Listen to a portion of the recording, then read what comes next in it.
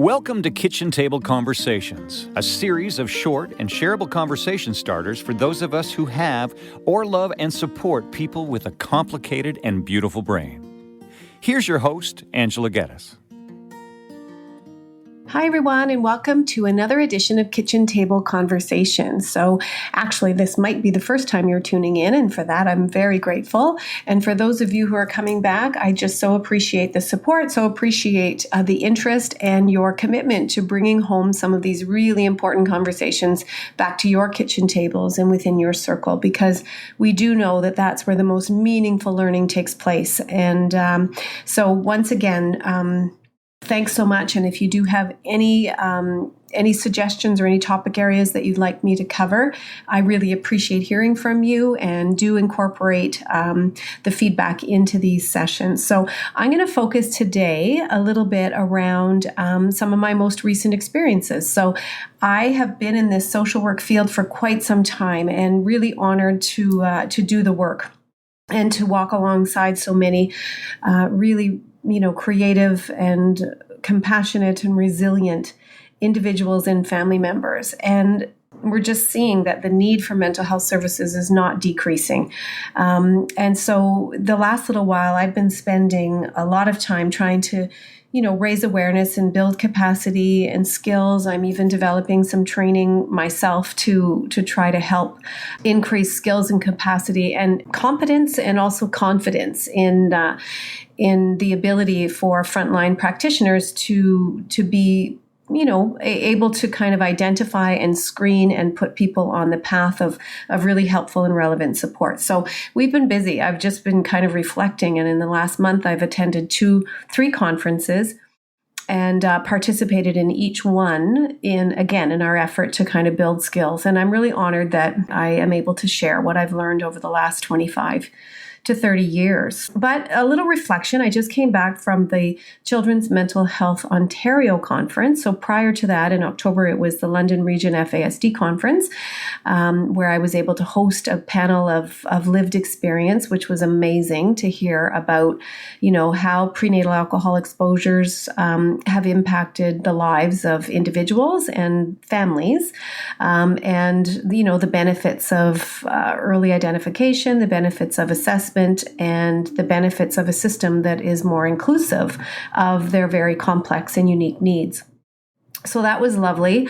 We just came back from Saskatchewan a couple of weeks ago, went there for the Canadian FASD Research Networks conference, which again was fabulous and really, a lot of important research and clinical practice demonstrating really positive outcomes, which is great. And we had over 600 people participate, which clearly indicates that there's, much more interest and awareness and expertise in the field of fetal alcohol spectrum disorder. So that was lovely.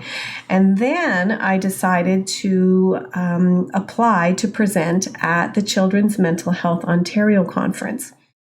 And again, part of this, the kitchen table conversations is to broaden our audience and to increase awareness and not to continue to speak to people who already understand this. So although I really appreciated being in Saskatoon, everybody there knows a lot about the impact of prenatal exposures. Unfortunately, what I knew to be true about our children's mental health system was really confirmed and validated when I went to the Children's Mental Health Ontario conference. And keeping in mind that children's mental health is funded through our Ministry of Health, and, developmental disabilities are funded through a different ministry altogether, which is the Ministry of Children, Community and Social Services.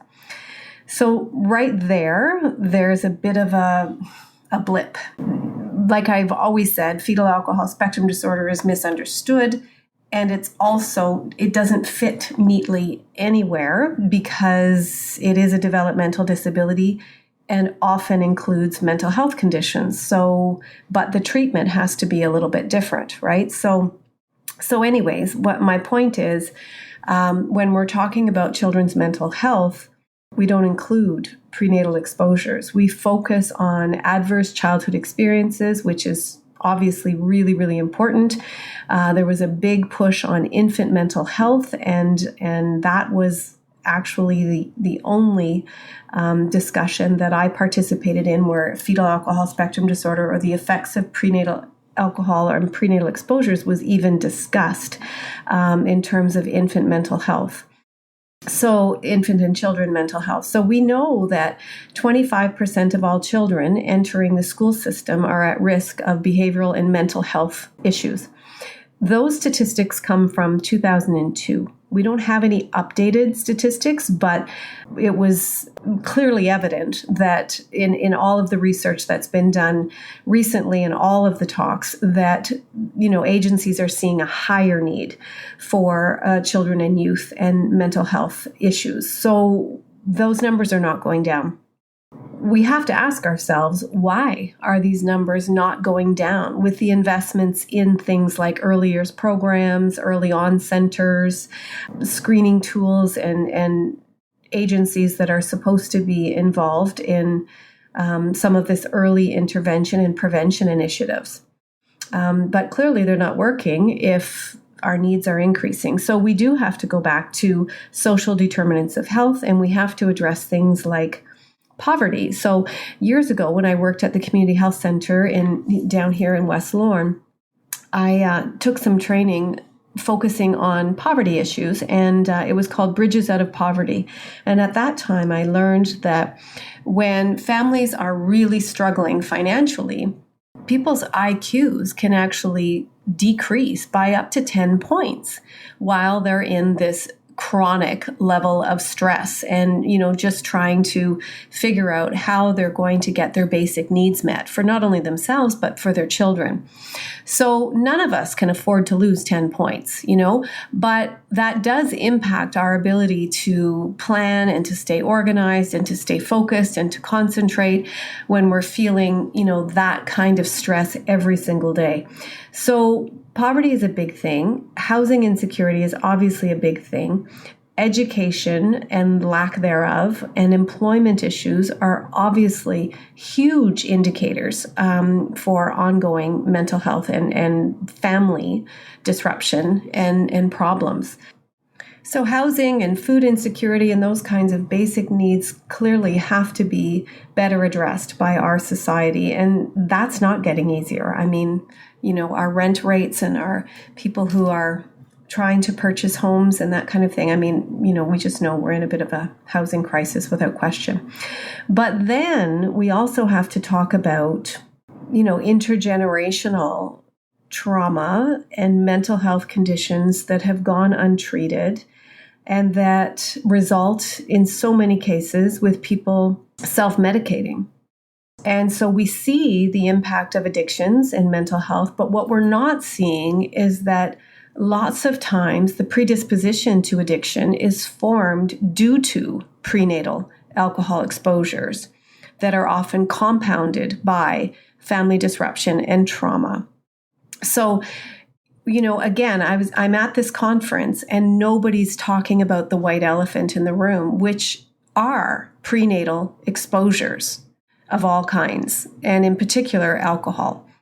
But we're not talking about the most common legal substance that really does significant damage to growing babies. So there are lifelong effects, and we are seeing this on a regular basis. So again, I went to this conference with the intention to try to draw attention to something that we as a system really can make a difference with in the next little bit. What I find really fascinating is that, typical parenting strategies work, typical education strategies work, typical mental health treatments work with neurotypical people.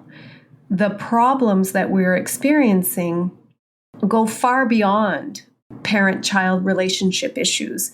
It's when there's really puzzling and complicated behaviors that take place that stump people, right? And we don't know how to handle it, and we don't know how to parent some of these kids that are really, really challenging.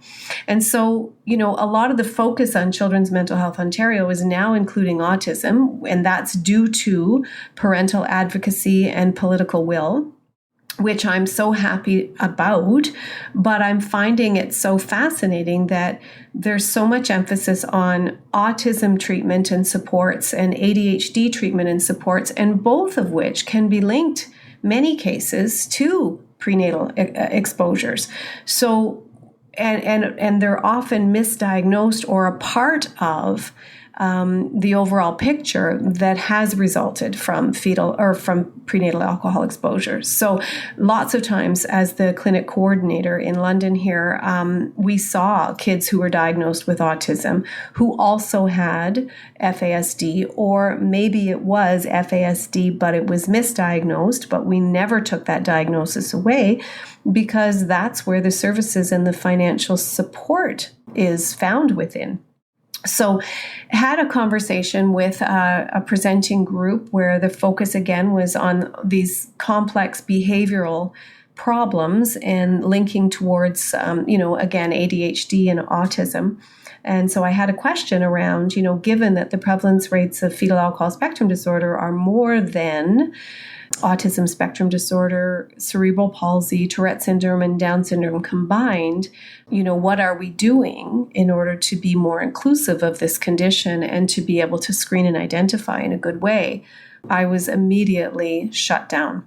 So had a conversation earlier with somebody with lived experience with FASD, and I was explaining how even as a service provider trying to break into these very rigid systems, I feel like I'm shut down on a regular basis. I feel like people don't want to hear what it is I have to say, which is so puzzling to me because, again, this is something that we all can bring back to our kitchen tables and contribute to healthier pregnancies and prevent some of these lifelong conditions that we're seeing so rampant. And alcohol is directly related to mental health conditions as well. Not everybody exposed to alcohol is going to end up with fetal alcohol spectrum disorder, and not everybody is going to be affected at all. But even small amounts make a big difference, and they are directly linked to children's and adults' mental health.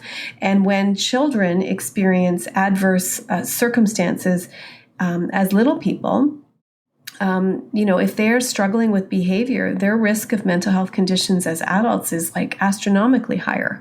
So these are all really, really important conversations. And, those early years when our kids are struggling or difficult or colicky or not sleeping well and not eating well and maybe a little wee bit slower to meet some of their developmental circumstances, a lot of times they find themselves very unhappy. And when they're unhappy, they experience very difficult situations more frequently than the average child should. And that does impact mental health. And those wires and connections are interfered with at such a young age. So it's really important to get accurate assessments, to really be honest about prenatal exposures if there have been some, and to really work immediately on early interventions and ways to kind of reconnect some of those neural pathways. And neuroplasticity is a real thing, so we can improve outcomes for individuals whose development has been interfered with due to developmental trauma or exposures or external traumas and family disruptions and those kinds of things. We can really make a huge difference. So again, bring this home to your kitchen table, please. I know I've sort of rambled on about a lot of things today, but I'm really energized after attending this conference and just seeing again the urgent need to do things differently. And to quote Maya Angelou once again, when we know better, we can do better. With many thanks, Angela.